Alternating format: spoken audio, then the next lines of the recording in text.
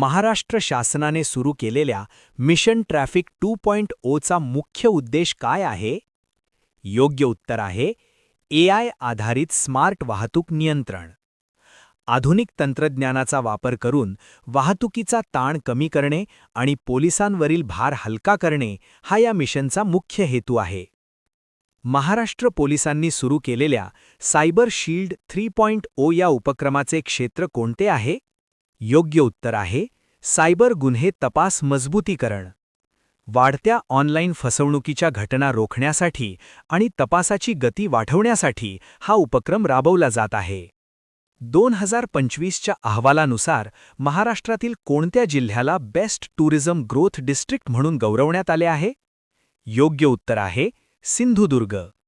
कोकण किनारपट्टीवरील नैसर्गिक सौंदर्य आणि वाढत्या पर्यटन सुविधांमुळे या जिल्ह्याने पर्यटनात मोठी प्रगती केली आहे.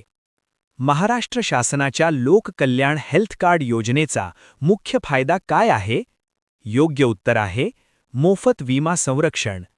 या कार्डद्वारे सामान्य नागरिकांना आरोग्य उपचारांसाठी विमा कवच पुरवून आर्थिक सुरक्षा दिली जाते. 2025 मध्ये कोणत्या शहराला डिजिटल स्मार्ट सिटी अवॉर्डने सन्मानित करण्यात आले आहे? योग्य उत्तर आहे नागपूर. प्रशासनाचे डिजिटलीकरण आणि स्मार्ट पायाभूत सुविधांच्या यशस्वी अंमलबजावणीसाठी नागपूरची निवड झाली. भारताचे 53वे सरन्यायाधीश म्हणून कोणाची निवड करण्यात आली आहे? योग्य उत्तर आहे संजीव खन्ना. न्यायमूर्ती DY चंद्रचूड यांच्यानंतर संजीव खन्ना यांनी भारताचे सरन्यायाधीश म्हणून पदभार स्वीकारला आहे. 2030 मधील राष्ट्रकुल किंवा कॉमनवेल्थ क्रीडा स्पर्धांचे यजमानपद कोणत्या देशाला मिळाले आहे? योग्य उत्तर आहे भारत.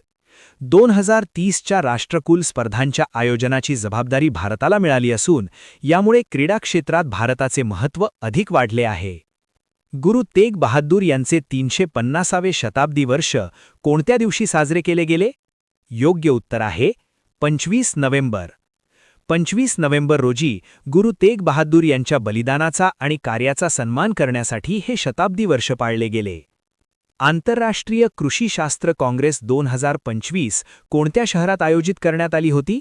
योग्य उत्तर आहे नवी दिल्ली.